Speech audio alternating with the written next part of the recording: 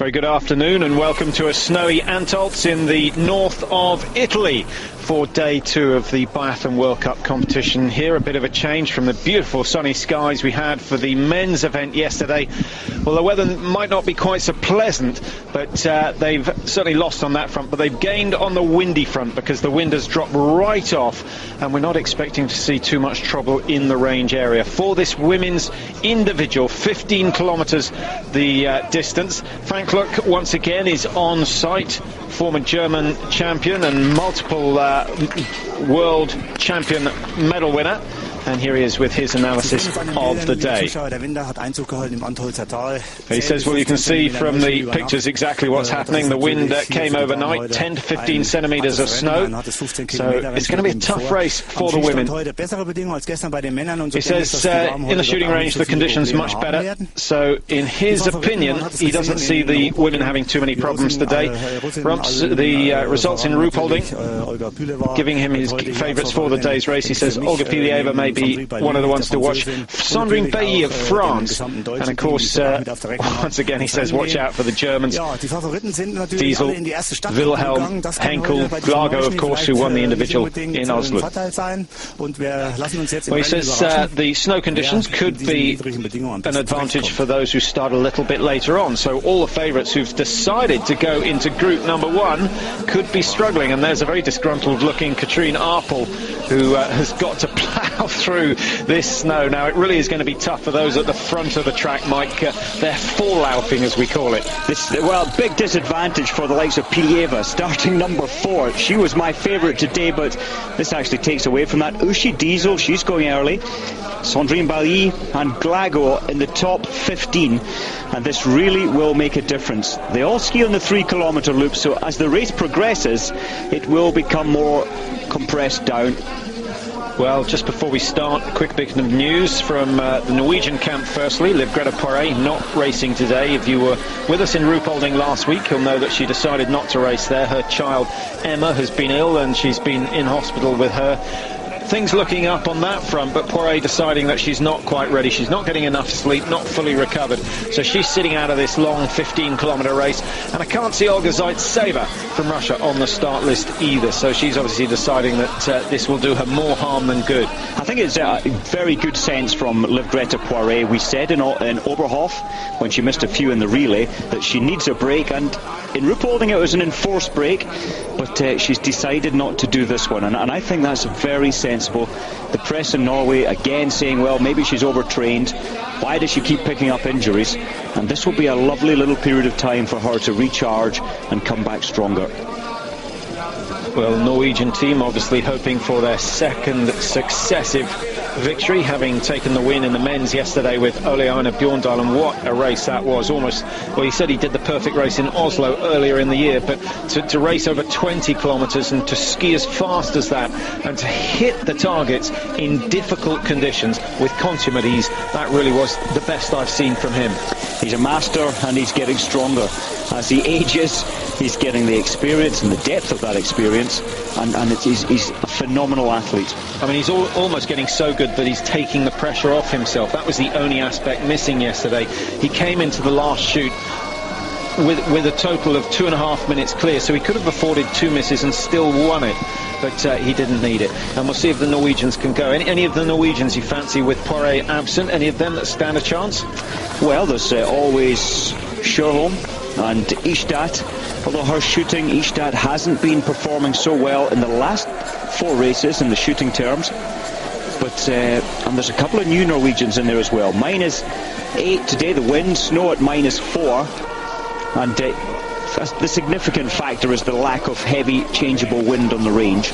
Well, we always show the humidity at 88%, but the waxers will have been out and just tested the snow to see how much moisture there is in the snow. That's really the critical factor, but only just below freezing as we would have expected. But the trouble is, they weren't waxing when the snow. They were waxing before the snow started, so they've got a few problems. Change of conditions, a bit of a panic going on in the waxing huts, and just to tell you that we can't get in the waxing huts. No one except the officials, and a lot of the team members aren't allowed in there either. It's all become very, very secretive indeed, which is great if your technicians are doing well. But on the athlete's part, Mike, the top skiers now really don't know how to prepare a pair of skis because they always have it done for them. Indeed, they are beginning to lose that knowledge which comes with experience and hours of testing. If you're not doing that as an athlete, we used to spend, 4 hours a day, the day before a race, preparing skis. And of course, a lot of these athletes do not do any of that. They wax the skis before they pack them and go to the next venue, or before they fly to protect the base. But that's not the sort of knowledge you need. You need to know what base to have, what ski to choose, what wax to put on. It's very, very complicated indeed. And I tell you what, it could be a very significant factor today. Absolutely. Just looking at this, Patrick, did you used to enjoy racing in these conditions? No, I was a -5 man when the waxing was simple and you didn't have to spend too much time preparing the ski. But I like this for enabling you to get more balance, slightly better balance, rather than the compact pressed icy tracks. For me, this was much better. Absolutely, and what you want today is a slightly softer ski that doesn't plough itself into the soft snow, slightly soft at the two ends, so it just rides over any of the softer patches. If you've only got two pairs, as we're led to believe the Chinese only have two pairs of skis each, you've got a problem. If you're the Norwegians and you've got 22, then you should be able to make the right choice for today's race. The women's fifth, dreadful the weather conditions are, but the crowds have turned out in good numbers, and well, they'll be hoping for some Italian success, but Michela Ponza didn't look to be on her best form in Ruhpolding, but hopefully she can keep their hearts high as she goes round. Ponza by far and away the best Italian so far this year. The two Santa sisters dropping off their form, and Haller not really made it to the top level as yet. I keep expecting the Italians to be producing some more goods. We saw Vuillermo and Ruhpolding for the men having a fantastic race. That's the first time they've been on the podium for 4 years? But I keep hoping that it's going to happen in the women's. Ponza has been up there a number of times in the top 10. Maybe the Italian temperament doesn't really suit the sport of biathlon, where you have to ski fast and furious and then calm yourself down for a very precise action. But they did 20 years ago, remember? Throughout the early 80s to early 90s, they were one of the dominant teams. And this is their base, this is their home of biathlon. They can practice here all year round. I think they're due another comeback with some great names in the future. Well, let's hope so. Maybe it will start today. Getting us underway today is Yingyao Kong of China, and the Chinese on an absolute high after yesterday's run, with Zhang of China coming in second behind Oleana Bjorndalen. Still totally gobsmacked by that performance, but we'll watch and see how they get on. I know you've got something to say about that race yesterday. We'll cover that as Kong heads out of the stadium, just 22. One of the features of the Chinese team is that they're putting in so much training. A huge amount of training. And early season, a lot of the Norwegian coaches were saying, well, they trained too hard, but Zhang was second yesterday. The women are some of the fastest skiers, so maybe it's not the wrong thing to do. So Kong is underway. Sasha Santa just starts her race. No top 40 runs so far this year. Not the sort of performances that we were expecting. Natalie Santa makes up the Italian team along with Katja Haller. Maybe they need to kidnap a couple of the Nordic skiers, the likes of Peruzzi and Valbusa, who are very, very strong when it comes to freestyle skiing. Indeed, it takes a long time to develop that speed, so why not poach, or why not request cross-country skiers to cross over? Ulok Slettemark from Greenland, we've spoken about her on a number of occasions. She's not likely to win here, but she's won the Arctic Circle race on 5 out of 6 occasions, so perhaps a long-distance specialist. Done a lot of her training up in Rjukan in Norway, at a place called Kvittevatn, where the Danes and Greenlanders work for much of the summer. Now, here's one of the big hopes for today, but not getting the best of conditions. Olga Pilieva of Russia, 29, and starts this race as the World Cup leader for the second time this year. Well, she has great credentials, and world champion in the 15 kilometre last year, and she was 5th on this course at this World Cup last January. I think the conditions today will set her back a little bit. Certainly in ski time, a disadvantage maybe of 1 minute as compared to the later starters. But that's a very rough estimate, Mike, because obviously the tracks are going to get pressed down, but if the snow is coming down faster than they're able to press it down, it's going to work the other way. And there are occasions when it snows so heavily that it just gets deeper and deeper, and it doesn't matter how many people ski it, you're still ploughing through 6 inches of snow. That is very true. The only difference is there has been 15 minutes where nobody has been allowed to ski on the track. You cannot warm up on this track, so that's the only difference. For 3 kilometres, you're pressing into 2 centimetres of new snow. You can see it there, how deep it is. Yeah, it's going to be a real problem on the uphill sections. Important to lift the ski a little bit higher, just keep the tip off. And sometimes skiers may well move the binding a little further forward, not on this pair of skis, but choose a pair with the binding another centimetre further forward so the tip comes up nice and easily. But I think it's the steeper sections, the steeper uphill sections, where they're going to have problems. Absolutely, and there are a number of steep sections on this course, although it's renowned for its long climbs. The first kilometre is all uphill. That's a hard start at 1,600 metres. Levchenkova, well, we haven't seen much of her this season as we pick up on Kong, but just to mention Levchenkova, 97% hit rate in the prone position, so hopefully we'll see her on her first and third shoot to see whether she can keep that sort of record going. Kong going through the 1.1 kilometre stage, looking very quick indeed. What's impressing me about the Chinese, Patrick, is they have no background, they have no great tradition of doing cross-country skiing nor biathlon, and in a period of 10 years they've been able to put athletes on top of the podium. On the podium itself is a great achievement. Well, they've got a few skiers to choose from, and that's obviously to their advantage, but it's when it comes to the technical knowledge, that's where they fall down. And I guess they really need to hire the likes of half of the Norwegian technical team to just help them on the way.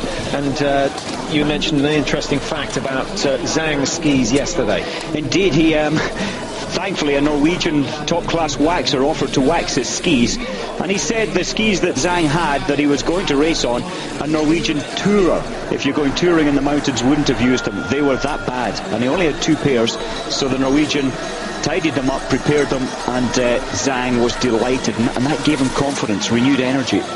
Sandrine Pays getting underway for France. The 25-year-old has been in the yellow bib this season, but has dropped back down to 4th position in the World Cup standings now. She won here in the year 2000. And amongst the other winners here, Mike, once again, Antolz throwing up a whole host of unusual names. Scherholm, Bay has won here, Henkel's won here, Begali, Guseva, Lemisch have all taken victories here in Antolz. And if you look through the biathlon handbook, you see so many of the skiers have had their best result in Antolz. And then I suddenly realised that in 2001 they held 3 successive World Cups here. Oh, that is so true. There was a lack of snow around.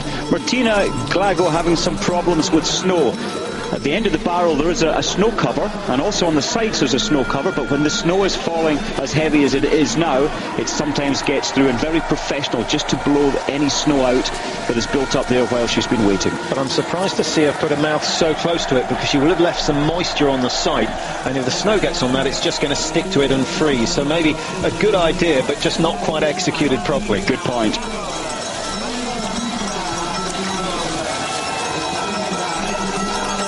Very early days. Sledermark of Greenland being caught already, 30 seconds from Olga Pilieva. Now, if she can tuck in and just get dragged along, I think unlikely. Sledermark now 39. Wonder how many more seasons she'll spend on the tour. 8 months hard work, and then 4 months skiing on the Biathlon World Cup. Sounds like a pretty fine life to me. Yeah, a privileged life to be representing your country and competing very regularly in this sport. It's a sport of mind and body working together. Here's another of the favourites starting today, Uschi Diesel. Only had 1 victory in her career here out of a total of 27, so I don't think the odds are that good for Diesel. 34th and 33rd in Ruhpolding, a bit of a shock for her World Cup title challenge. She's got to recapture her form immediately, but she is one woman who does suffer with confidence. A couple of bad races in a row, and it seems to have an effect on the next 3 or 4 races. That is very true, but we can guarantee today that she's going to have the first or the second fastest ski time, and that can maybe give her confidence again today, because especially Yushi, she's so strong. These conditions, I think her margin of out skiing the rest of the field will be greater today because of her power and the ability to push hard.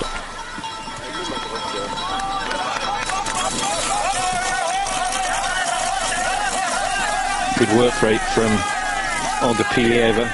Just might remind us of the format for the individual. We know about the 4 shoots, but they alternate them this time. What about the penalty on the shooting? The penalty is very expensive for these women racing today. It's a 15 kilometres, and you ski 3 kilometres, come in, shoot lying down, further 3, come in, shoot standing, and that progresses through to 15 kilometres with 2 further shoots, prone stand, 1 minute for each target missed. It is a big deal today. The best of the Chinese now. Is she going to be inspired by that performance we saw from Zhang yesterday? Xinglang Lu, 27. Every single race this year she has finished in the World Cup points, and as a result she's lying in 12th position in the standings. She's certainly capable of top 10, skiing very well indeed, looks very balanced on the skis. But how sad was that on Sunday in Ruhpolding, where she had a 9-second lead after the first shoot, and with 200 metres to go she fell and was passed by Pilieva, and she finished in 2nd place. I wonder if she'll really want to put that right today and win. Well, she would have become only the 2nd Chinese woman ever to win a biathlon World Cup. Shumai Yu, of course, did it in Oslo a few years ago. Now, Martina Glago already 8 seconds off the pace, being set by Sandrine Bailly. Is that a concern at this stage? That probably will be, but an interesting story I've just heard from Ed Nicholl, the coach of the British team, because Martina used to share the wax room with the British team, because her father waxes. She has now moved out. After the pursuit in Ruhpolding, she didn't like the way her skis were gliding, and her father has created fantastic skis for her over the last 5 years, but she's decided to use the German coaches today, and it'll be interesting to see how, at 8 seconds behind at the first split, you would maybe think the skis aren't great at this time. Well, if she puts in a slow ski time, I think she'll be back pretty promptly. Martin will be hoping that this isn't one of her better days. Now, first chance to see how things are going on the range. We said there wasn't any wind, but it has built up since the introduction to this race. Only very slight, nothing like what the men experienced yesterday. But I guess the visibility in this sort of snow, not quite as good. Look at the time, Patrick. This is quite close to the men's time from yesterday, and remember, they're skiing 1 kilometre less, and that's an indication of how slow the snow is for the first group.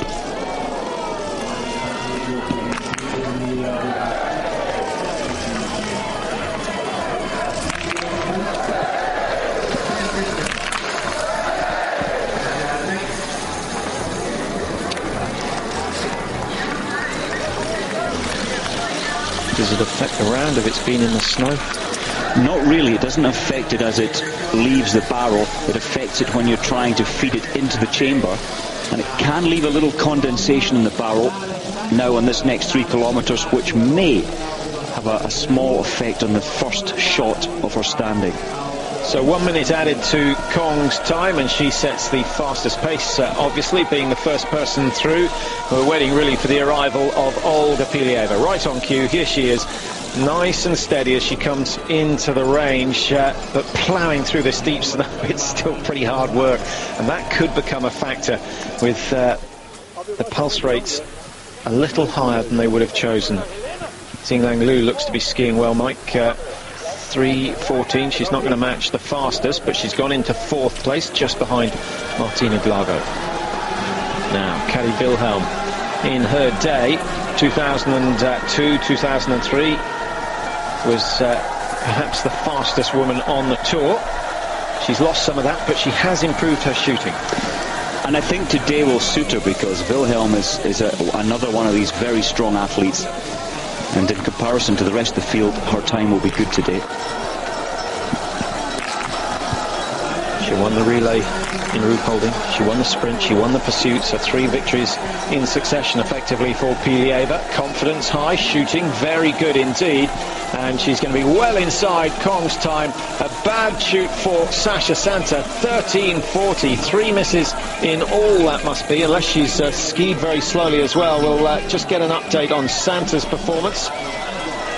3 misses for Santa, 1 for Kong, none for the race leader, Olga Pilieva. You can sense it with Pilieva, the speed. She deliberately slowed down coming into the range, and you do notice that with all the best shots, the regular best shots in the women's biathlon, there's a little bit more self-control as you come into the firing point.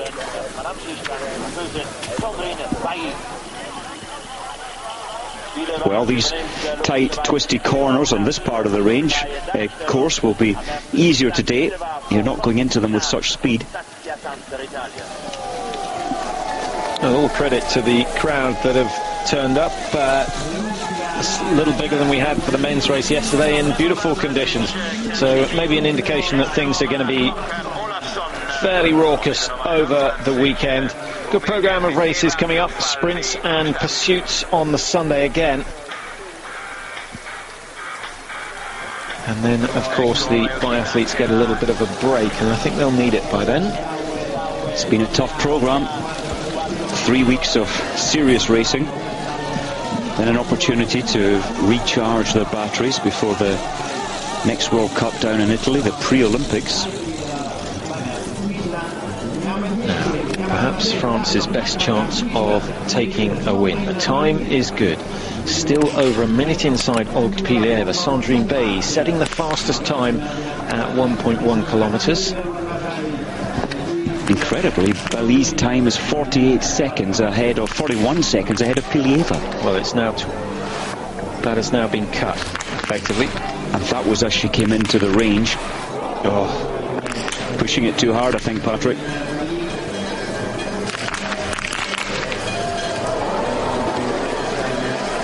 Well, that's what happens. She's outskied anybody by 24 seconds. At the timing just before the range, what a disaster. Well, she hasn't got a clue what has happened there. Do you think that could possibly be the light? Do you think she's could have knocked the sights? I mean, so unusual to see Bailly missing 4. She's got a hit rate of just under 90% in the prone.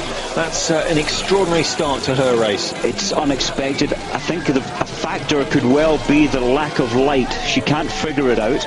When you've got such heavy snow falling, you're looking through your circular sights, you don't quite get the brightness, and you can make an error with the alignment of rear sight, foresight to target. So if that had been Uschi Diesel, you would have expected to see her turn the sights down a little with the darkening of the skies. And as this race goes on, it's just going to get worse and worse. Now, here's one of the best shots on the tour. Martina Glago really should not have any problem here. New skis, but it's the same rifle, or new waxer, I should say. No rush. Look at the width of the strap supporting her left wrist. It's much wider than most of the biathletes use. That's a good point. Very stable. Well, that is just the sort of start that Martina Glago needed. She's gone clear and will join the likes of Nazarova and Pilieva at the top of the board. No smiles from Uwe Musigang. He knows that it's very early days in this individual. Uschi Diesel, now his focus of attention. Remember, Diesel outside the World Cup points in 2 successive races in Ruhpolding.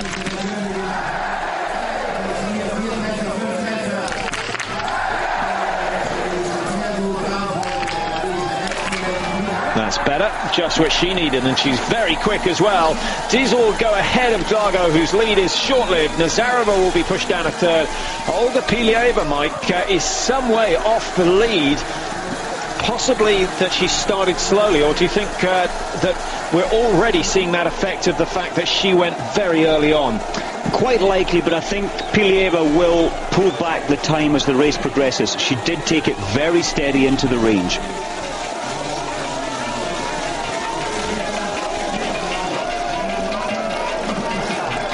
The women's individual 15-kilometre taking place here in Antholz, the last of 3 weeks of competition. And so far, some very good shooting by the top performers. If Efremova can join them, then she too could move into the top 5 positions.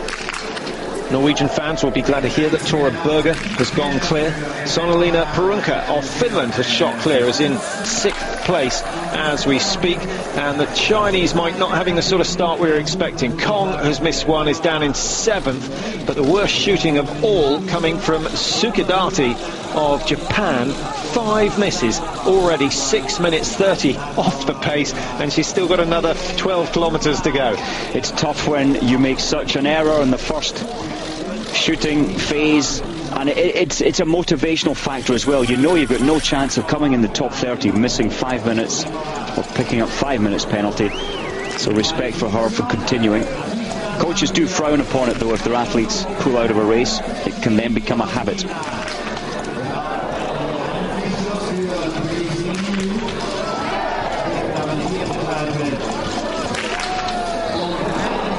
So 3 out of 5 for Yu, and she fares no better than Kong, who you can see there down in 7th place. Liu is going to be behind her, and she looks to have looks a bit dispirited.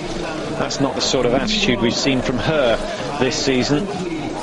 Body language speaks a lot, volumes, and she's so disappointed with 2 minutes penalty there.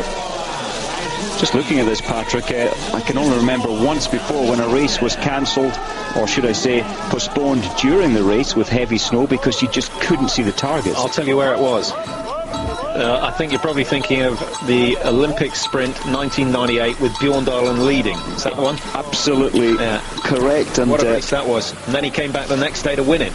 Beyond belief how a man could focus like that, to be leading by a minute on the first day, race postponed. And it was a fair decision. Well, it's getting a little bit like that here now.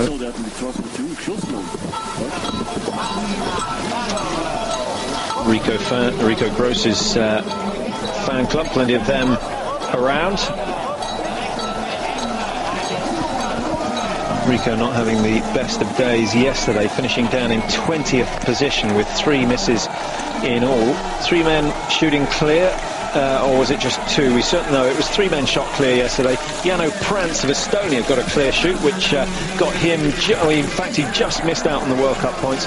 Kruglov of Russia, and of course the race winner, Bjorndalen Olofsson, has started well, Mike. She's on a bit of a roll. 3rd and 5th, former cross-country skier, just learning the trade of biathlon, but having a similar sort of progress to that which we saw from Kadi Wilhelm when she joined the tour. Yeah, it's a good example coming across from the straight racing side, but Olofsson's confidence is the big deal here. It's building and building all the time.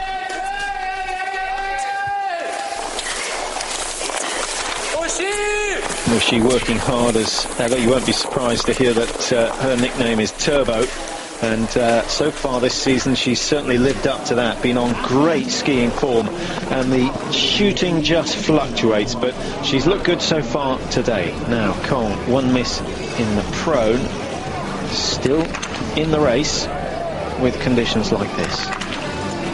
Kong was very deliberate there with the weighting and positioning of her cheek on the rifle stock, but her hand is very close to her shoulder, which makes the rifle front heavy, but it's working well.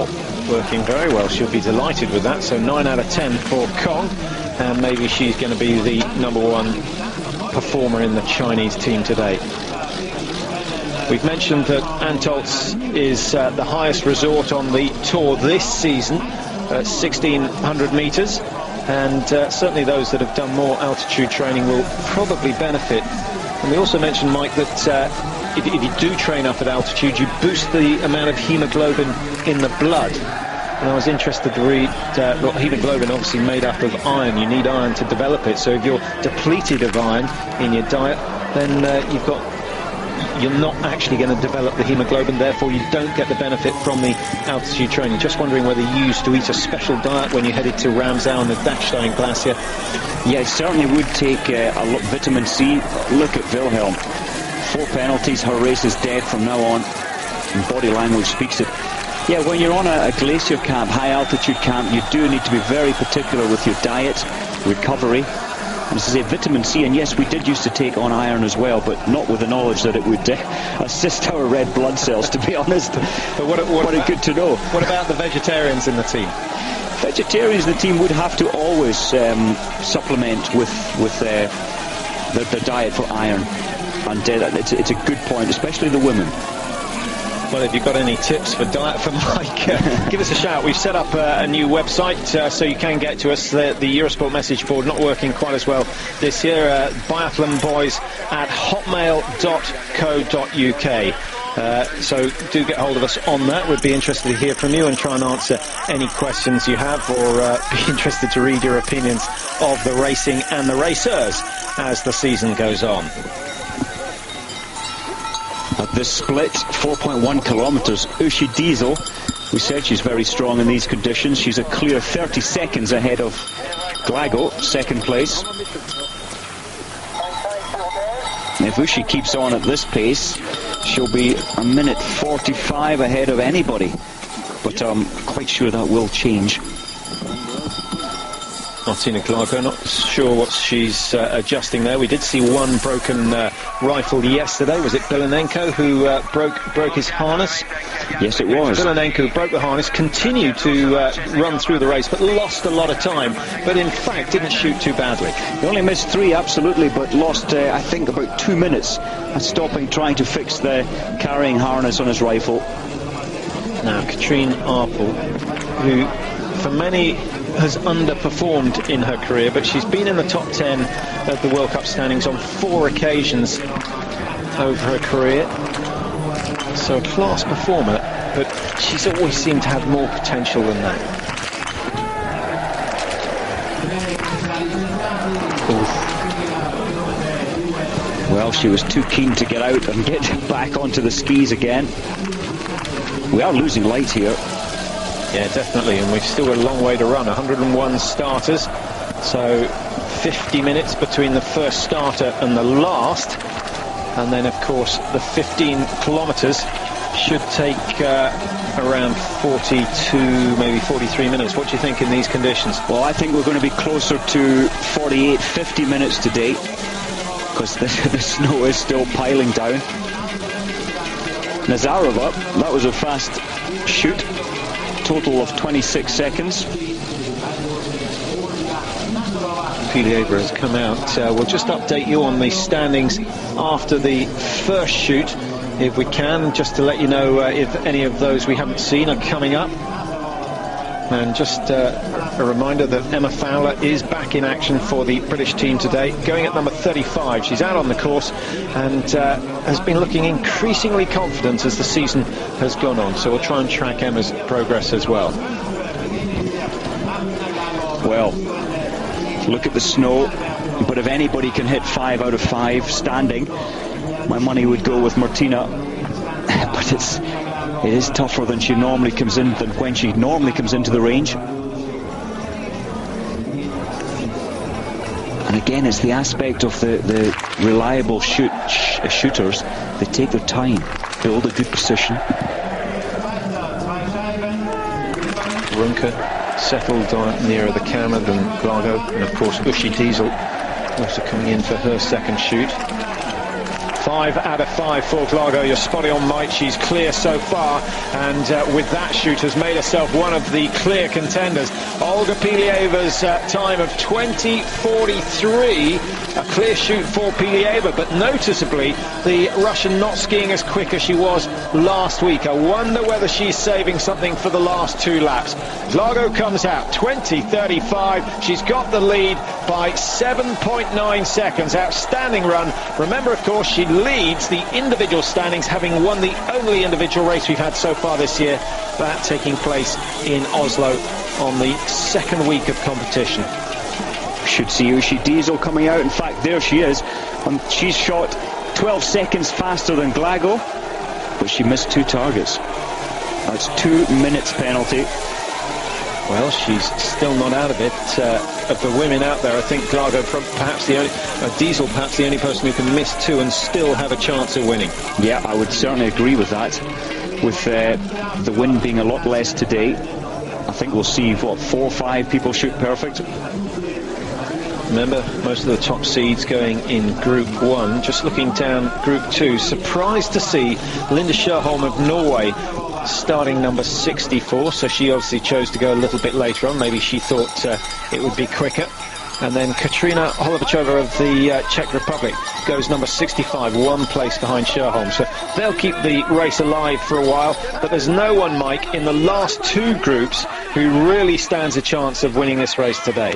Indeed, I was looking at Fultsova from the Czech Republic. She's one of the best shots, 90% pro and 87 stand, number 96. Could be her day today.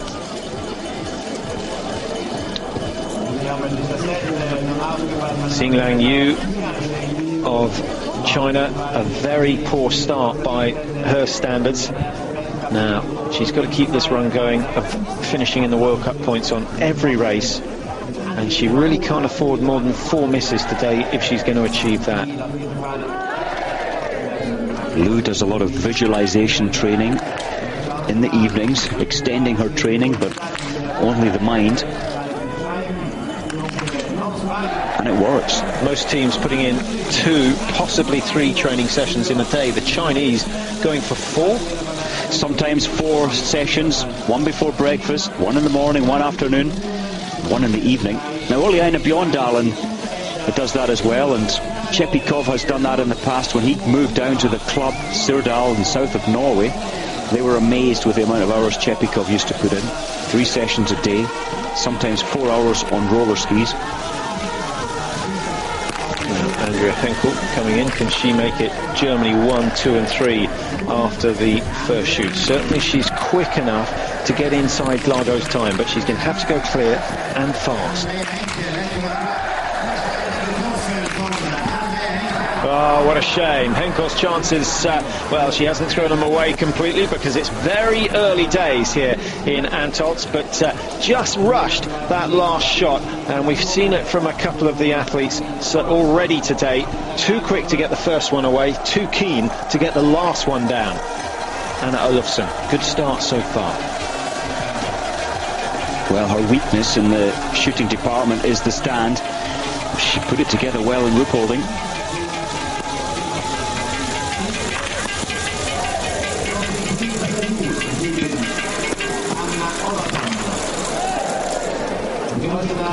It's lots of advice off Magdalena Forsberg, who works for German television on the tour, and of course also under the guidance of Wolfgang Pickler, who coaches the Swedish men's team, and I think both those two will be impressed by what they've seen so far. Anna Olofsson goes out, 2 clear shoots so far, and she's not going to be far off that lead time of 20:35. In fact, she's inside it. Excellent run, 2 top 5 results in Ruhpolding. She could make it 3 in a row here.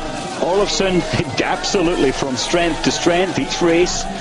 A little bit more self-belief, more confidence. If she hits the first 19, what would you put the odds on her hitting number 20? Not very high. Now, here's someone who really is on a high. Svetlana Cherna-Usova. Many years on the tour. Got her first win last week in Ruhpolding. And she's certainly no slouch when it comes to the individual format.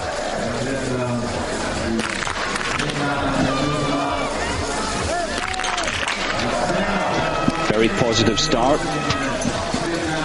Last year in this race, Cherna-Usova was placed 26th, and she missed 5 then.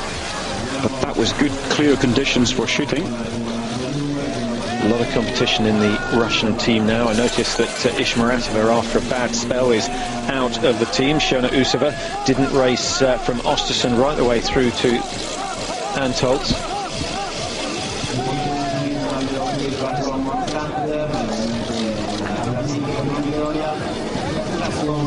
The first 42 are through the first shoot here in antholz-anterselva, and still waiting for many of the top skiers to come and complete their second shoot in the standing position. Glago on screen has been through and looks very comfortable, working hard. The work rate has gone up, certainly after those two clear shoots.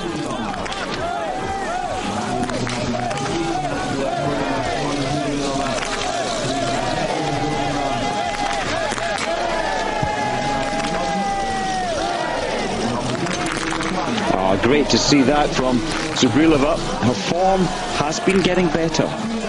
That is outstanding, and one of the features with Zubrilova over the years, Mike, is when she's skiing well, she shoots well. The two go hand in hand. Not always the case, but for Zubrilova it certainly is, and this is a very quick time, 2:20.22. She's 10 seconds inside Olofsson's time, and Glago goes down to third position after the second shoot. Olga Pilieva also through the third shoot, so the pressure is back on those chasing. Excellent start, considering that she started so early on. Well, it's good hitting 15 out of 15, but there's an aspect missing from Pilieva today, her ski speed. Not quite able to put the power and the force into it as she has in Oberhof and Ruhpolding. That happens, your form can go off the boil week to week. Fatigue is a big aspect on this, the seventh race for the women in the last couple of weeks. But especially when you're in a position where you can win, you do tend to dig that little bit deeper. And of course, as we've mentioned, she won the relay, she won the sprint, she won the pursuit in Ruhpolding last week. So every single race she gave it her all, and I think starting to pay the price here. Uschi Diesel working hard, breathing hard into oxygen debt. You can just hear the little squeak as she breathes, which indicating that she's not quite getting enough oxygen into the system. It's getting better for Sandrine Babe, but this must be a nervous moment. 4 misses in the last pro. She does not want a repeat of that.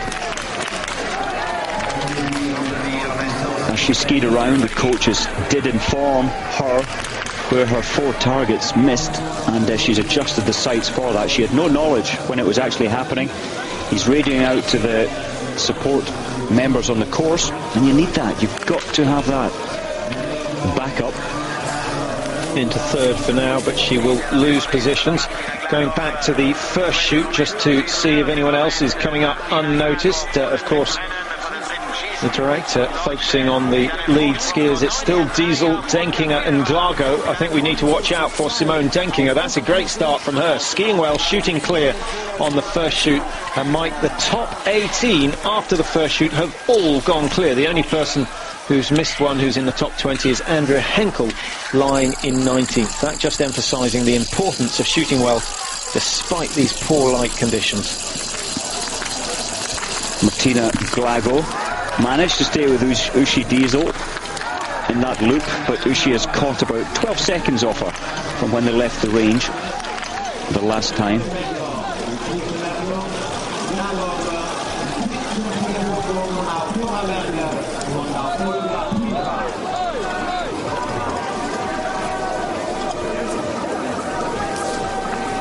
Good day for the athlete from Novosibirsk, although racing for Belarus from Russia originally. Now, Uschi Diesel with a chance to make up for those 2 misses on the first pro, and skiing at the moment faster than anyone else out on the course. She's already outside Pilieva's time of 30.57, but if she can keep the damage to within a minute, then she still has a good chance. Glago, top right-hand corner of your screen. Remember, she's clear so far. Now settling for her third shoot and taking her time. Sensible tactics on the smaller insert. Martina was pushed harder that loop, staying with Uschi. Brilliant from Uschi Diesel.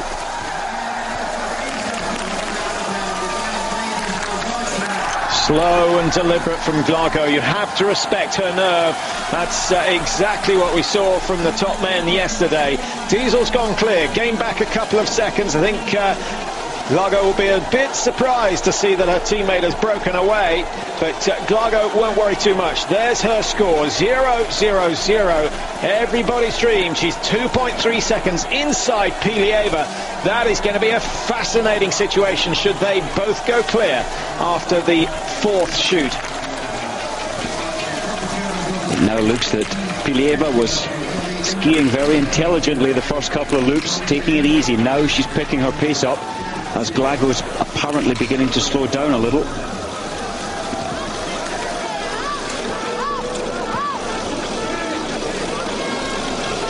Elena Zabrilova still the fastest after the second shoot with a time of 20:22, 10 seconds inside Olofsson.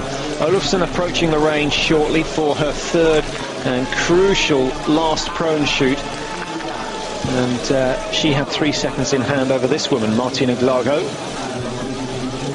So confident and stable. I just get the feeling that Martina will get 20 out of 20 today.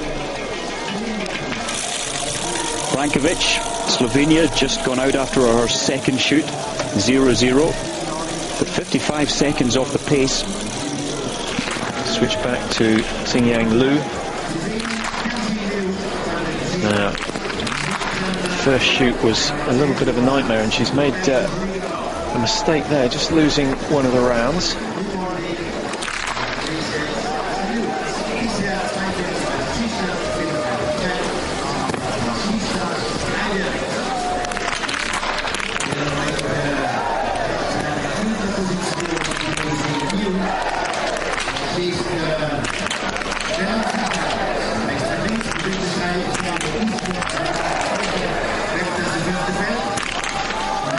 Very good indeed, Mike. She's going to be in the top 5 or 6 positions with that sort of a performance, and if she can go clear on that last stand, and her standing shooting has looked really solid this season. It's certainly not over for Lu, and she knows it. She's picking the pace up. She's visualizing a podium. 38, Filipova in.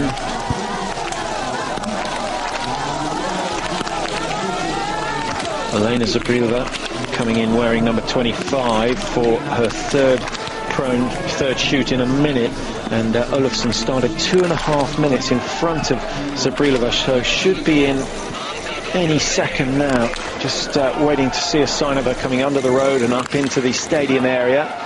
Filipova, 2 misses. That's too expensive with the speed that she's been showing so far this year. And the Bulgarians, Mike, Davoska, Filipova, the top 2, not really firing on all cylinders. Indeed not. I've noted Davoska down for having a good race today. She's letting me down. Saw Emma Fowler there, coming out of the range. Now, Olofsson just settling.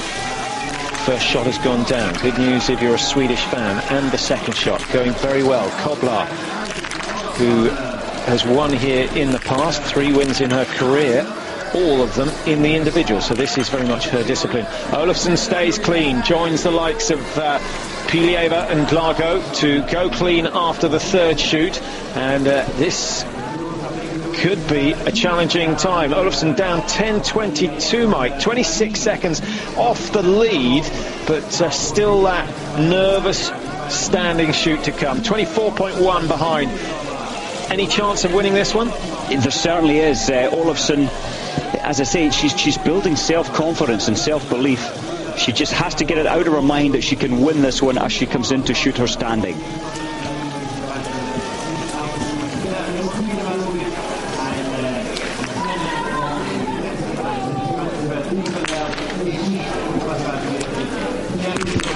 As we cue in on Shona Usova.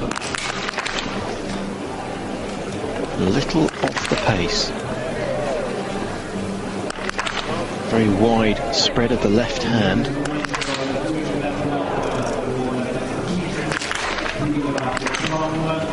Well, you could see her jerk the trigger. The whole body almost moved on that fourth shot. Snatched it high right, we suspect, but otherwise a very, very cool shoot. The first 3 looked great, but then I think the whole body just tensing up. Yeah, it's almost a nervous twitch. You preempt a shot and you almost react before you release the trigger.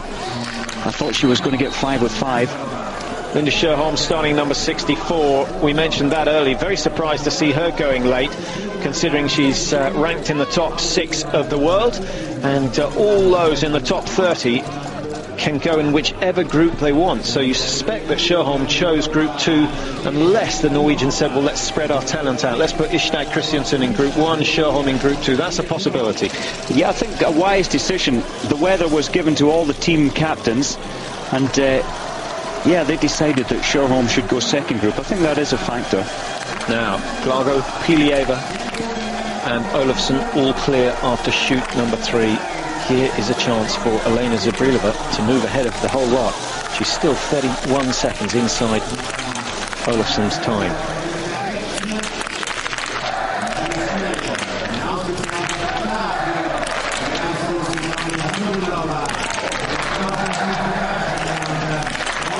So Zabrilova keeps it clean, 100% so far for her. 30:19 on the clock, 10 seconds before she reaches the split time. Olga Pilieva, was it Olga Pilieva going through in the caption?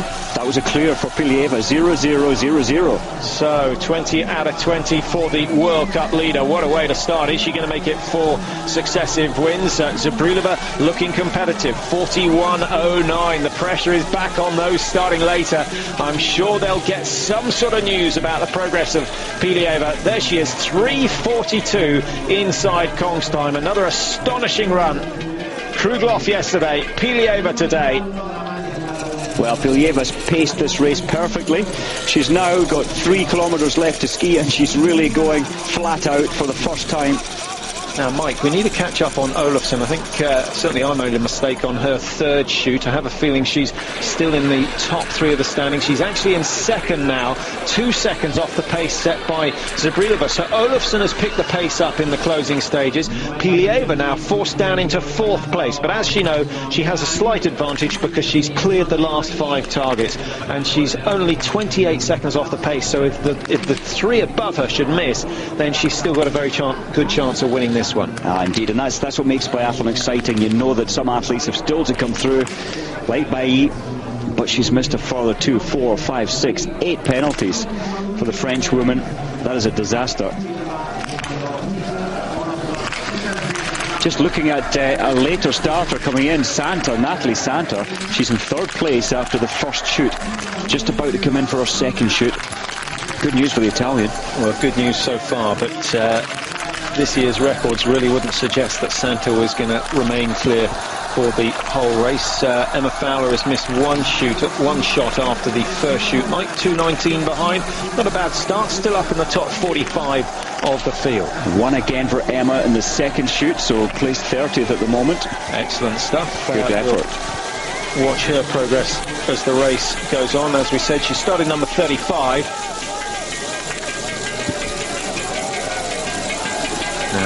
Uschi Diesel, quick enough certainly to win with just 1 miss, but having missed 2 early on, looking expensive.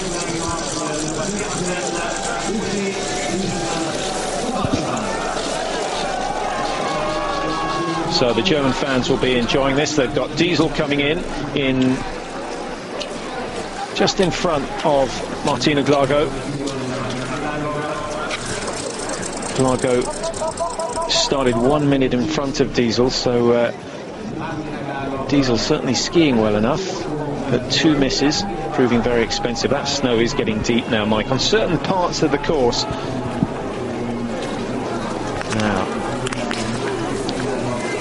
5 out of 5 to put herself certainly into 2nd place, but still 20 seconds or so off the pace set by Russia's Pilieva.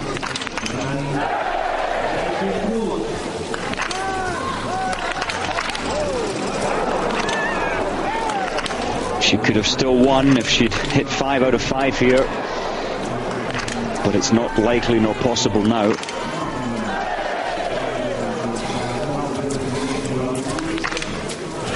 So 4 shots in total missed by Uschi Diesel. Martina Glago goes clear on the 1st. Needs these 3 to have any chance.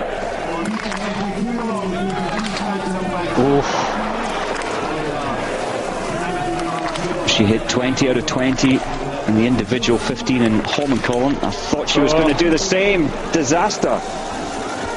Thinking.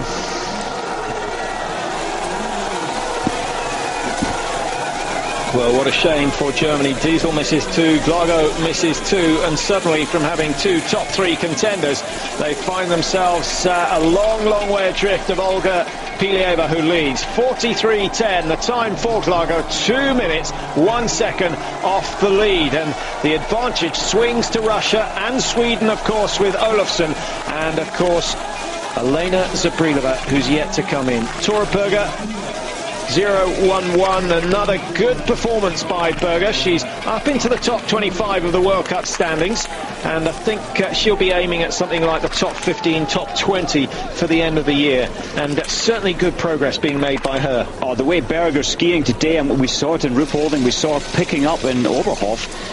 This could well place Berger top 5 today. A little more urgency in the style and the power of Olga Pilieva. Started very steady indeed, but maybe just decided that it wasn't worth working too hard when she was doing the track braking early on. Lou, a little slip up earlier on, but since then has been clean, and this could be worth a top 10 finish.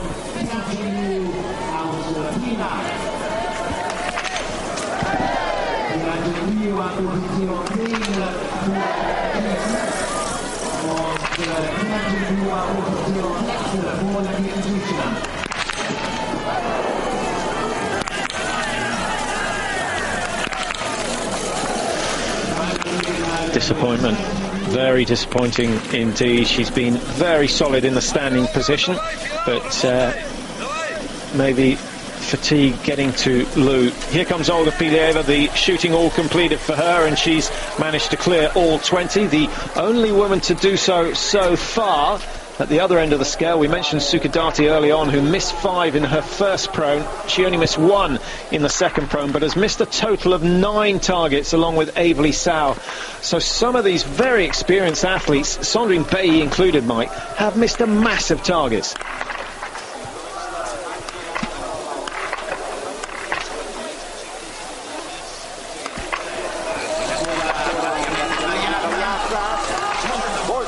Russian coach having a look down the range, trying to spot where targets are being missed by his athletes.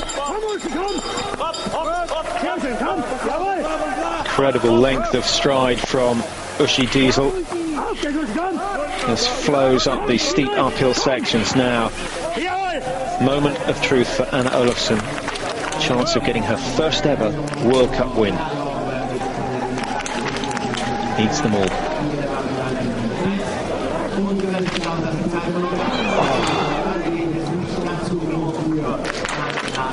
Bit of a groan coming from the Swedish commentary box, and Anna Olofsson, 19 out of 20. It's still going to be a fabulous run from her, but what a shame. She's been so close now on 3 occasions, but that one shot, Mike, you said you didn't think she'd get it, but you have to take your hat off, because it's been a really good performance from someone who really is a bit of a novice at this game. Oh, it's a great performance, Patrick. I so wished that she was going to get 20, but only 15 seconds behind Pilieva.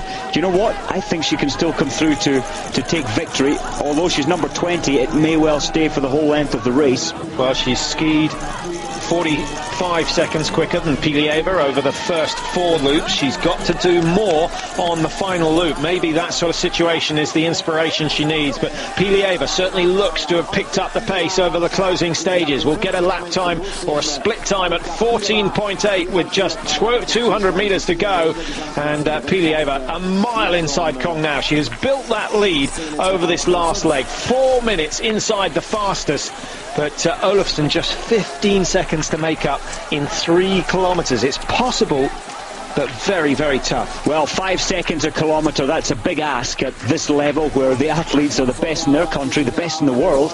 But remember, Olofsson's got her team back up out there. on about 4 or 5 different spots on the course, and she could do it. Good skiing there from Pilieva, just tucking in behind the, I think it was one of the Italian skiers, getting sucked along, used it well, broke out at just the right time, and now up into the stadium for the last time. Her day's work nearly done, but the last 200 metres could prove absolutely crucial. She's got a break to the right, and then into the home straight. Away she goes. She'll enjoy seeing the others going back onto the range area. This has been a fabulous ski from Olga Pilieva. 0-0-0-0. She must have been regretting her early start number, but now she'll be glad that she is going to be the first to finish.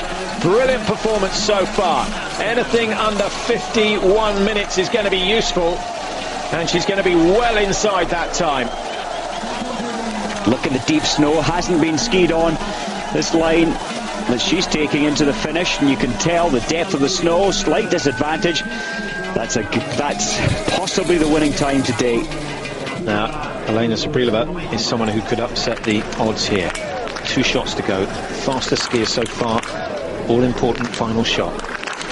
Oh, brilliant stuff. Zubrilova is back to her best, and surely she's going to be inside the time set by Olga Pilieva.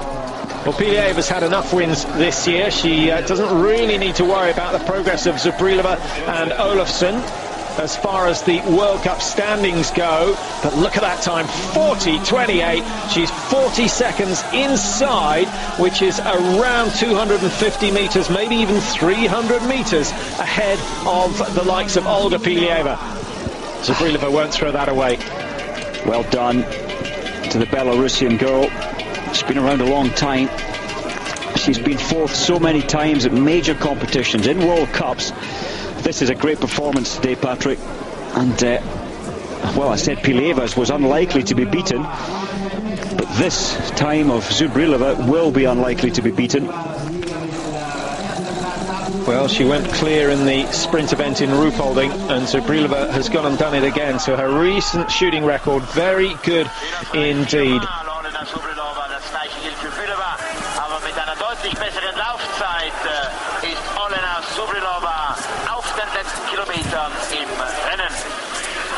Well, just announcing that Zubrilova has the lead and that she's out on the track again. Well, she certainly is, and she's going to take some beating here today. If we go back to shoot number 3, Mike, is there anyone anywhere close? Zubrilova leads with 30.28.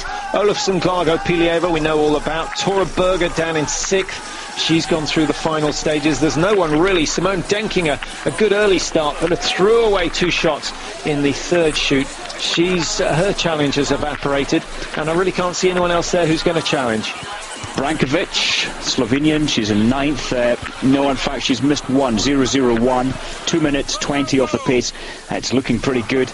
Let's check after the 2nd shoot to see if there's anyone later. Going to be doing Ponza, of course, start number 50. After the first stand, she's placed 6th. Look at Ushi Diesel. She just works so hard. She's outskied Pilieva by almost 2 minutes today. As I say, these conditions, when it's harder, Ushi, relative to the rest of the field, is faster. Because she can work, graft, push hard. I think it's fair to say that the harder the conditions, the more it suits the better skiers, because they suffer least, and they also recover quickest when it comes to the shooting. Yeah, it's proportional. The harder it is, the elite of the elite do more damage to the greats, but not the best. Yeah, certainly true, and the shooting penalties remain the same regardless of the conditions or the severity of the course, which is why they're always so close in Ruhpolding.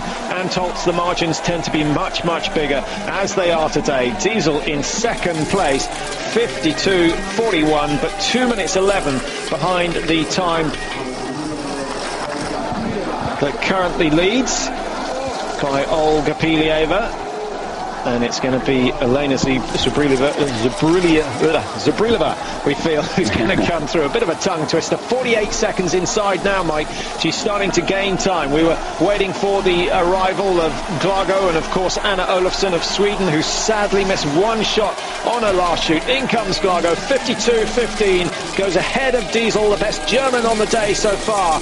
But those 2 last misses, shots 19 and 20, very uncharacteristic. Indeed, and Martina Glago will be devastated with missing the last two shots, just so out of character. She nearly took a wrong turning coming into the finish, wanted to carry out onto the course. In the last 100 metres she did a quick left turn to the finish line. Look at Berger, she really is coming on to great skiing form. Now, Tora Berger, who missed the same number of targets as Martina Glago, but is a little bit slower, could well get inside Diesel's time. That would be a good scalp to take. She's going to do it. 52, she'll just be around 52.30, and she goes into third place for now. She's not going to stay there because we know all about Olofsson, who's on the charge home now, as is Elena Zabrilova, but Berger certainly in the top 10. 101 starters here in Antholz in this women's individual, only the second individual of the year. Some very good shooting results, some impressive runs from the lesser known athletes, the likes of Perunka and Olofsson. 53, 3 minutes 29 outside for Perunka, but I think she'll be happy with her day's work so far. Perunka will be. I had her tabbed to do very well today, and of course it is good. Should stay in the top 10, I think, with a performance like that. The best finish biathlete, female biathlete. Here comes Lou, who's a nice symmetrical result in the shooting, but she won't be too impressed because shooting has been her forte so far this year. 53.29, and a good 40 seconds outside the time set by Uschi Diesel. Disappointing run. Well, the Italian fans watching this will be disappointed. Michela Ponza has just gone out after the third shoot.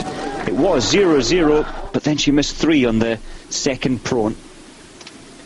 Well, here comes the race leader after the final shoot, and Zabrilova seems to have turned up the pace, as has former cross-country skier Anna Olofsson, blasting past the Italian. And is that Emma Fowler? I think it must be, coming in for her next shoot. But Olofsson on the charge home, so she can afford to let rip now. 49.43, 50.29 the time she's after if she's going to get inside Pilieva. 15 seconds she had to make up after that last shoot. It's been a brave run, Mike. I think she's almost done enough to do it. I think she'll do it by 10 seconds. That is amazing ski time. Remember, 15 she had to pick up, but pushing so much faster than Pilieva. Well, she's going to be bitterly disappointed when she hears that Elena Zabrilova has gone clear, but this has been a fabulous ski. Maybe she's even done enough to hold on to first place. We'll have to wait and see. 50.14. What a brilliant ski. She's taken a massive time out of Zabrilova, nearly 30 seconds over that last leg. And, well, Zabrilova was travelling a little bit better, and I still don't see that she's done enough, but you have to congratulate her. She's chuffed to bits, probably on the podium. We can't say for sure, but probably on the podium for the second time in the season. Well, isn't that fantastic? 4 years or 3 years after the great Swedish biathlete has retired, we've found another. They've created and found another one from a cross-country skiing background as well. Well, she's going to have to go some way to match the achievements of Magdalena Forsberg, but Forsberg never took a gold in the Olympics, so that is probably Olofsson's chance of joining her in the list of all-time great Swedish athletes, and my goodness, they've got a few. Makarova is very good on the range. Looks so stable. How did she miss that? That's a pity. But you get the feeling that the next two shoots, or I get the feeling Makarova can hit 10 from 10, which is a good performance. Any indication from these races, Mike, just before Zabrilova comes in to finish, as to who you think are the names to watch at the up-and-coming World Championships in Hochfilzen? Just try and get a feel for that. I think Scherholm, although not having a great day today, will be one. Well, Zabrilova. I hope so. I really do hope so. She's put so much, over 15 years into this. This winds the clock back to 2000, 2001, where she was the major force, bar one. Forsberg always keeping her in number 2 position. But interesting to see how much stronger her skiing looks. And when she skis well, there's so little movement in the upper body. Indication there with the Canadian biathlete's skis gliding a lot faster. Well, of course, she's a number of loops behind. maybe Zubrilova doesn't have the best equipment under her feet. Well, if she hasn't and she's still 40 seconds clear, then it's been an even more remarkable performance. 50.14 the time of Olofsson that she's after. She's over a minute in front of that, and she's only got another 25 seconds of skiing as she goes round the back of the stadium, then turns into the finishing straight. This has been vintage Zubrilova. It's been a long time coming. Looks very comfortable. This is when her body, it's at its most fatigued. 50 minutes of hard pushing at this altitude, and she's still sparking. Well, her last win came in Hogfilson last year in a sprint event. This is going to be win number 20 on the World Cup Tour for Elena Zubrilova. 49.39. Great finish, 35 seconds in front of Anna Olofsson, who I think can be delighted that she's in second. We'll keep an eye out to see whether anyone threatens, but from what we've seen from the later starters, no one is going to get into the top 5.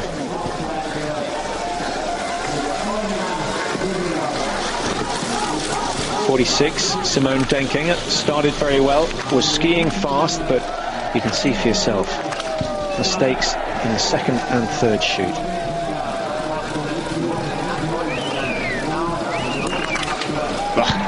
You sensed that shot was going to miss. She held it, she tried to hold it steady. She was aware the time was ticking past, and she rushed it in the end. Denkinger went back to the Europa Cup recently, but promoted back into the team. Germans do keep, or Uwe Musegang does keep them on their toes. If they don't perform well in a couple of races, they will be moved back down to give a younger biathlete an opportunity to come through. Yeah, absolutely. I think it's got to be a good thing, but you've got to have the funds to have a team on both tours, which many of the minor nations don't, so they don't have this demotion process to give the athletes that sort of incentive.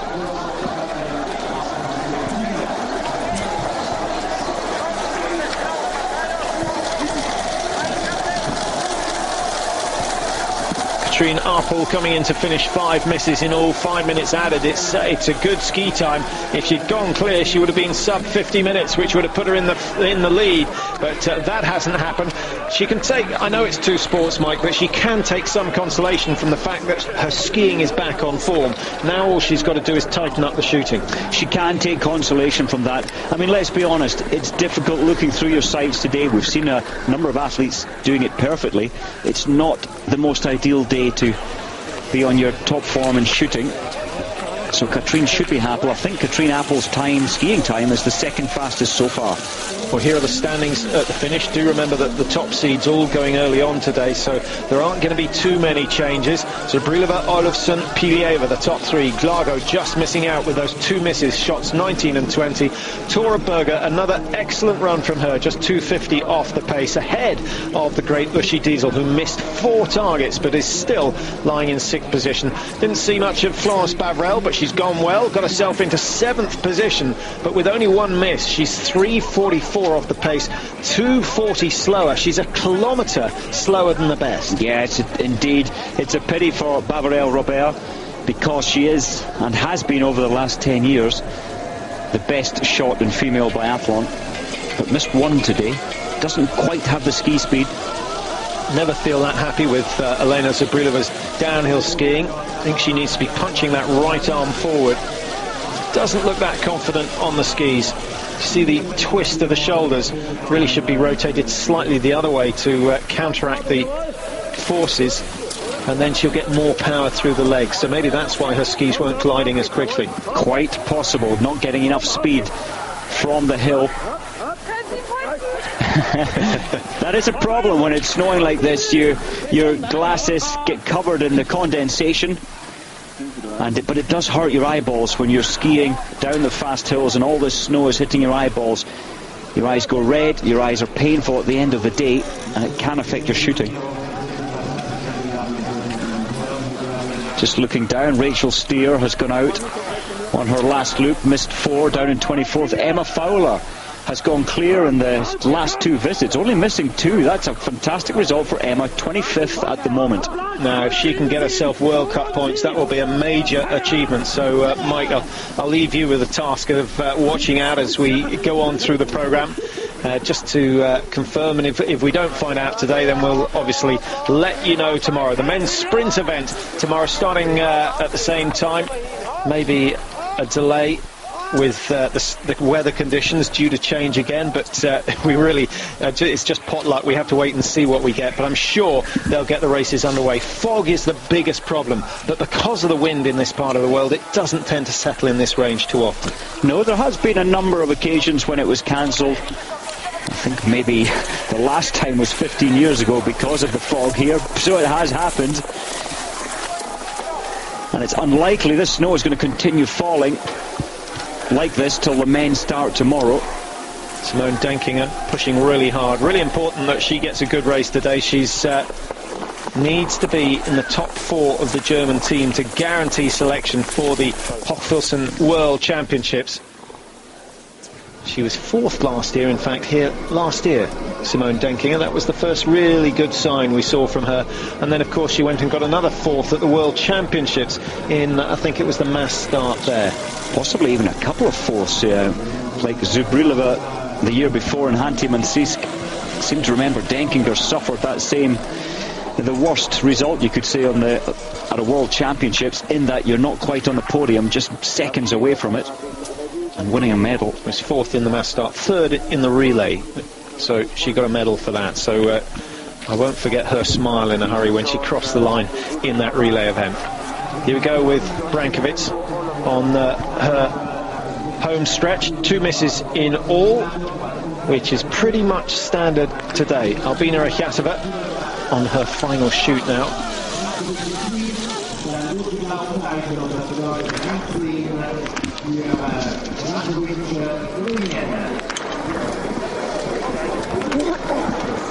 Well, at the World Championships, Akhjatova was 2nd in Oberhof last year. So she's gone clear on that last shoot. So that's a good performance by Akhjatova. Comes from a place called Human in Russia. I'm just checking the website. It's minus 15 degrees there today, so I think she's probably glad she's racing down here. Indeed, it can be cold up there in Siberia. Still a very good performance, 1:49. But is likely to stay 4th position. Just looking down, the American Jill Kraus-Best, although 31st after her last shoot, skiing very fast, missed 7. But it's 10 seconds faster than Zubrilova's time, ski time. But 7 penalties, it's just too much to ask.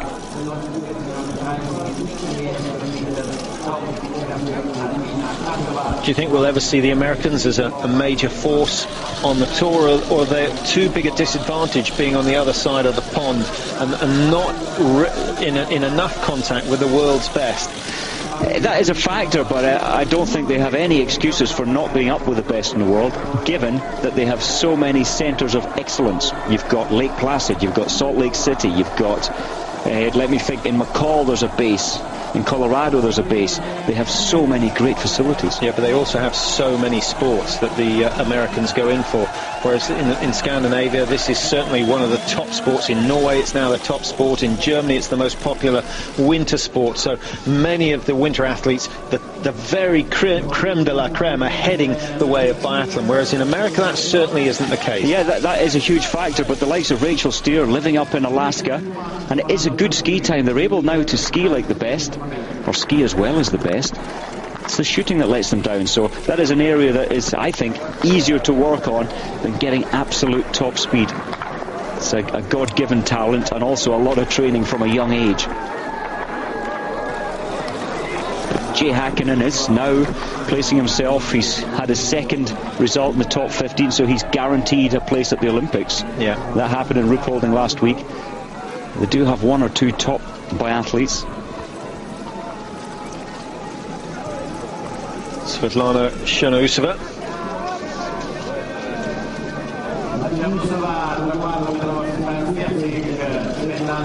Slightly mysterious season, lost form in Östersund and then didn't come back into action until the tour went to Ruhpolding last week.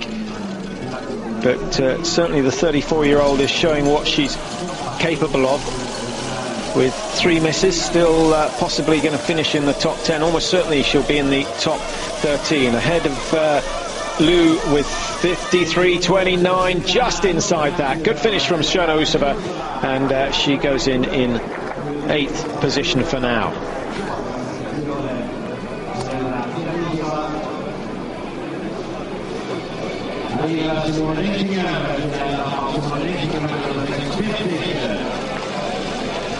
Simone Denkinger, if she can finish in the top 3 of the German team, I think that will keep her absolutely happy.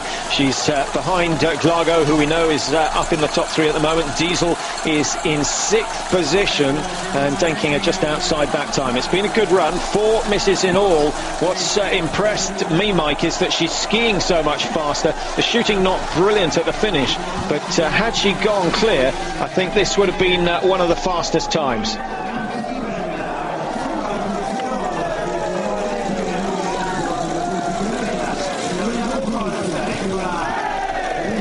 One of the later starters who's going well, Buchholz, who we saw removing her glasses earlier on. Yeah, she's not happy with that shot. She knew that was careless. Oh, she's absolutely disgusted with that missed target. It's so expensive. 1 minute, less than a second to squeeze the trigger. Make a mistake, you pick up a minute penalty. Skiing fast though. I think she has a very bright future in biathlon. Looking really good, very well balanced on the ski. Maybe still a little bit too much movement of the upper body. Efficiency at 97% rather than 99%. But as you say, a really promising future for Sabrina Buchholz, and I wonder whether she'll go to the World Championships for experience reasons. Absolutely. Now, is this an athlete deciding she's had enough? I think so. If the shooting does become so bad, then you can't maybe hold it against her for pulling out of the race. But on home ground, I think it'll be frowned upon. The Italian. I didn't spot who it was, actually. I think it might well have been Romina Demet, number 101, the last starter here today. Let me try and get a reading on her shooting. Demet.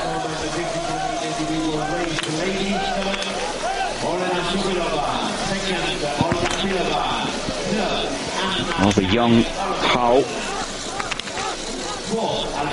started bad. It's a lot better towards the end of her race.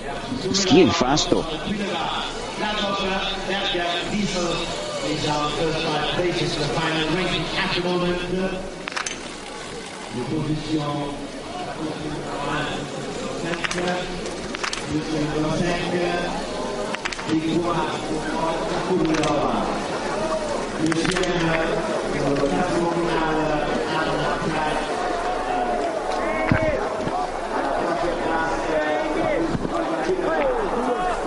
.55 now, heading in towards the finish. Albina Akhmatova, 87% hit rate in her standing and her prone this season, so she's right up there in the top 5 or 6 performers with the rifle.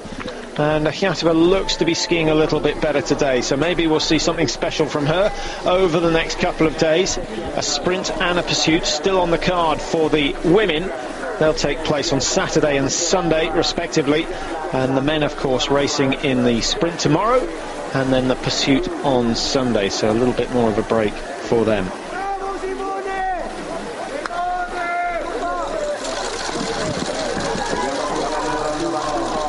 Sister of Sandrine Bay, Annalisa. How did Natalie Santa go in the end, Mike? Well, I'm just actually looking. She shot perfect, and remember, placed 4th after the first prone shoot, but then she missed 3, and I can't find her after that. Oh, there's the problem with your sights. Even though the little cover there at the front of the eyepiece, that flops down and stops or prevents snow from getting in, but when it's as heavy as this, snow or damp, you have to blow your sights. You cannot see clearly through your sights.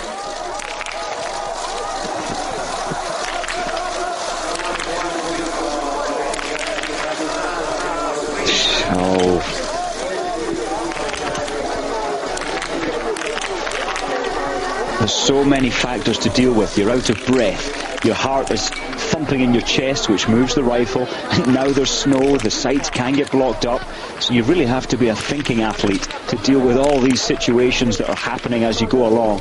Yeah, she really should have spent a bit more time initially clearing the sights and checking it was clear before she settled down for the shoot, because to do it in between each shot just reduces the chances of hitting the next one. So I think Annalisa Bailly will get a bit of a talking to from the French coaching team tonight. But good experience nonetheless. This is a tough race, everyone knows that. Here comes Albina Hyatova, just 2 minutes off the lead, so not skiing quite as quickly as Olga Pilieva. There's two 17-year-olds in this race, which is impressive, although it's a very tough experience for them, both from Croatia, and shooting quite well. One Starovic, start number 62, she's only missed 3.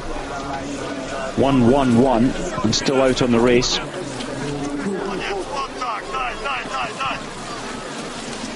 So the snow keeps on coming down. It's not quite as light as it was earlier on, but very difficult to estimate as to whether the conditions have got faster or slower. We still feel a little bit of sympathy for Olga Pilieva, who set off very early on and had to plough through 15 minutes of fresh snow.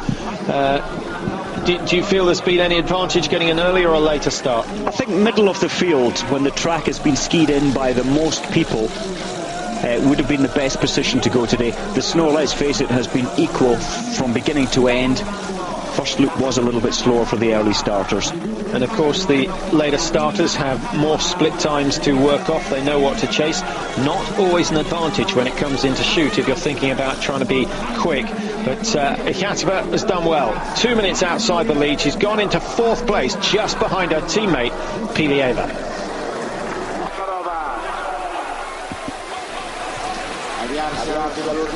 Welcome back to Antolz, coming into the closing stages now of the women's individual. Most of the first 3 groups have gone through the final shoot, so just on the last charge towards the stadium. But with 101 starters, there's still a bit of shooting to be done. Number 80, Julia Makarova of Russia. Mike, if you're wearing the Russian suit, you've got to be good. They've got so much strength in depth this year. But as I think happened with the German teams, is they stuck with the old guns for too long, and now they found there's a little bit of a gap with, and they're waiting for the likes of Mickey Grice and Michael Roche to get the experience before they're performing at their very best level. Yeah, I think the Russians are good though at introducing 1 or 2 young or new up-and-coming biathletes, because they're racing 8 athletes at the Europa Cup, so the coaches constantly, 2 times a week, are checking the results, seeing how the second level, if you like, of Russian biathletes are doing, and it's a great feeding ground for making champions. Now this could possibly be a top 4 finish if Makarova can clear the lot.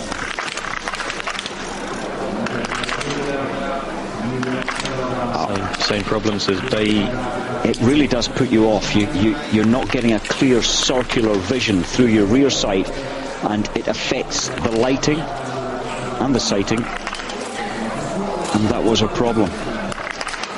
Can't you get a non-stick sight? Sure you can. I mean, it's the amount of days where you get heavy snow like this, what, 2 a season, but that's 2 out of 28 races, 2 out of 30 races. It's too many. I think it should be looked into. Well, have a look at the clock now. Makarova coming out of the range. She's just behind Glago. She's gone down into 6th place. She's absolutely level with Tora Berger of Norway, and we're going to get a very good indication of just how strong this young skier is when it comes to the last loop of 3 kilometres. She'll get a split on Berger. She'll get a split on Glago, I suggest, and she may even be told that she's only got 30 seconds or so to make up on Olga Pilieva, but I'm not sure whether that would have the desired effect. The team need to pick someone who's just ahead. Give them a goal that's achievable, just like your long-term aims. No point having them unless they're achievable. Yes, and in 3 kilometres you can pick off 5 seconds, 10, and we saw Olofsson take off 28 seconds. Oh, there's Katja Haller. The passing athlete skied over her ski basket and it's ripped the ski pole out of her hand. She's lost 12, 15 seconds there. Sure, it wasn't intentional, but it's a good trick if you're involved in a sprint finish. Seen it done many a time. Well, look at Makarova. She has actually only got 3 seconds to make up to move from 6th up to 5th. Because remember, she was equal 6th. And then Albina Akhmatova lying in 4th has a little bit in hand. She's got a minute, or just under a minute, so I can't see Makarova making that over the last leg. Now this a big moment for Sabrina Buchholz. Only 2 misses so far and a top 10 finish beckoning.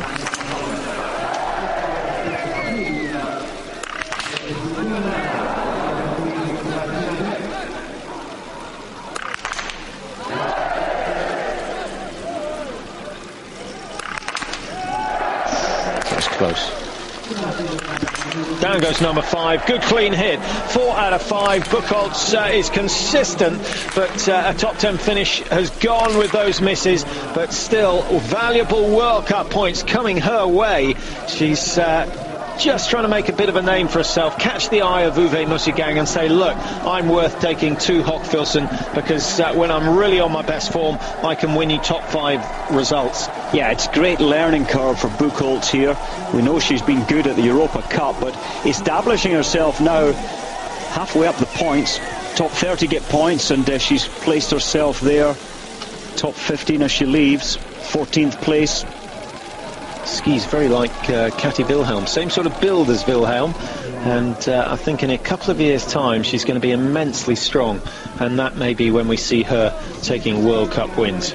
Good to see the officials clearing these mats, because when you stand on the snow on the mat, it's very slippy.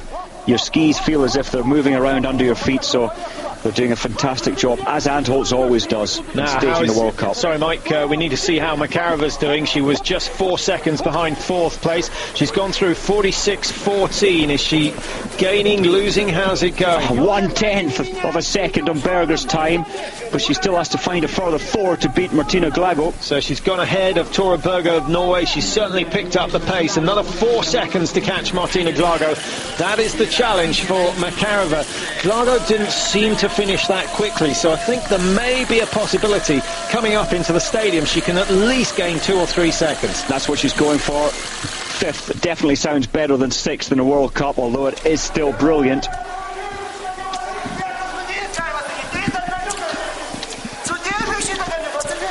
And that's the encouragement. You need to have support out in these lonely parts of the course, and that's the team orders. Get out there, shout this girl on. She can get top 5 today. Well, it's an old saying, but in this game every single second counts, and if she can just gain half a second on the corners, half a second on the transition from the flat to the uphill, that's how you pick off time. And it's about discipline skiing. Obviously you've got to have the heart and lungs to do it, but so much about it is thinking, picking your line, choosing the places that you put the effort in. Makarova looks to be in control, still looking very solid on the skis, but the upper body movement increasing as she starts to get tired. This is going to be a painful last few 100 metres. It's another long climb. Looks easy. This is quite steep. It gets steeper to this high point. Now you've got 200 metres of downhill. Very tight right-hander just past the Erdgas sign there.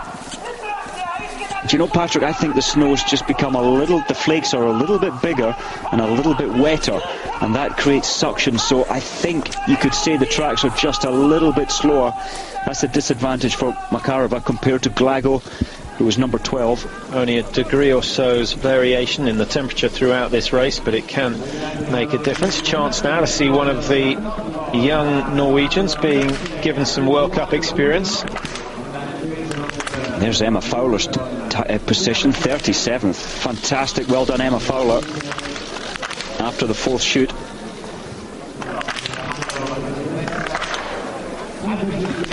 So Fowler will stay ahead of Mjölk, and that will give us some encouragement to have taken one of the Norwegian scalps, and this is just what Emma needs. She's now had 3 good weeks of racing, and almost certain she's going to go to the World Championships, and is not far off earning her place for the Olympics next year. Absolutely, and that takes pressure off. Once you start getting, I keep saying it, but once you get one good race, the confidence is back, your self-belief is high, and Emma is going from strength to strength. 37th after the fourth shoot. It's good, very good. Makarova just losing the tempo as she approached the top of the hill. A lot of the crowd have disappeared to the entertainment tents and the beer, but let's hope that enough hang around to see the likes of Makarova and this German Sabrina Buchholz home. Buchholz, the work rate is good, Mike. It's very good indeed. Looks pretty thin in the shoulders, hasn't quite got the power that Uschi Diesel and certainly the likes of Liv Greta Poiré have in the shoulders. And as the mascot takes a break, the snow. She's been handed a pin, I think, to try and clear the snow from the side. She's saying, no, I can't see. I hope she's not got a round in the chamber. There, she's given a screwdriver, in fact, to try and pull a round out. The snow can wedge. She's obviously hand-fed one of the bullets, and it's wedged in very tightly. She cannot eject the spare round, or the empty case, sorry.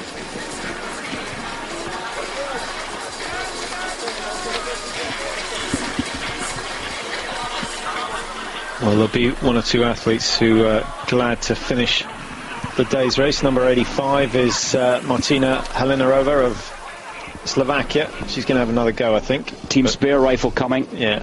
No, she'll do well to hit with that, but as you say, Mike, she'll certainly have used the spare rifle. She'll know what settings to put it on. We need to focus now on Makarova. Here she comes, 200 metres to go. What has she done in her charge to overtake Tora Berger? 51.01 the time. She's just a second inside Berger, and now 2 seconds outside Martina Glago. Well, she's 12 seconds, in fact, outside Glago. She's lost time to the German, but certainly keeping pace with Berger, the Norwegian, and I think that will give Makarova a lot of confidence indeed. Oh, it's so close though. She's only 0.2 ahead of Berger with 100 metres, 120 metres to go. It's been tight all round this last 3 kilometres, and that's why Makarova is fighting so hard. Well, we'll see her come up into the stadium in just a moment. Going to be exceptional to get herself into the top 6 positions from a start number of 80. I think you're spot on, Mike. It does look as though they're really struggling now to finish these races. The glide has been reduced. The likes of Pilieva came cruising round this corner at the end of her challenge, but it's just not happening for the later starters. Makarova working desperately hard, trying to keep the tempo up as she drives for home, looking for the time of Martina Glago, which is just 2:36 off the winning time of 49.39. 52.30 of Berger's time. It's going to be close. I think she's just inside the Norwegian. Good run, 6th position for Makarova. Excellent shooting, and the Russians are going to be absolutely delighted with the way things have gone today. They've got Pilieva in 3rd, Akhятova in 4th, and now Makarova has